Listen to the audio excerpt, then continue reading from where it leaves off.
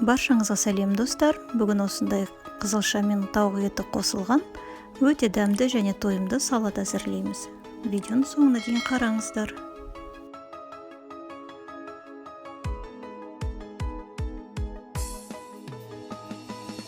Тұзды суға піскен 300 грамм тауық етін қолмен майдалап үземіз.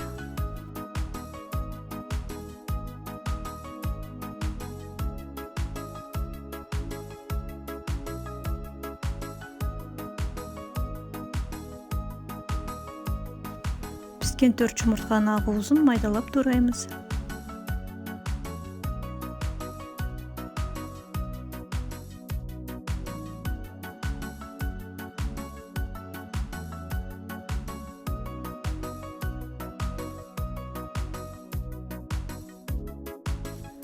Қызылшаларымызды ұзыншақтау жіңішке етіп тураймыз.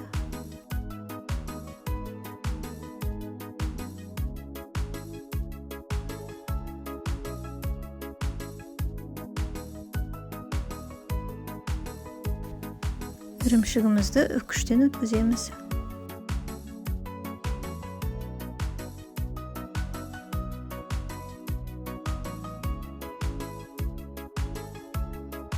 Салатымызға осындай майда пикули немесе тұздалған қиярды майдалап турап қосамыз.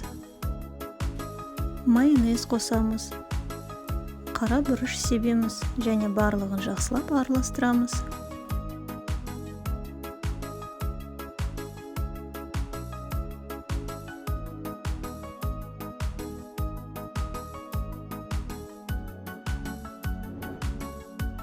Мінеки достар, біздің өте дәмді және тойымды салатымыз дайын болды.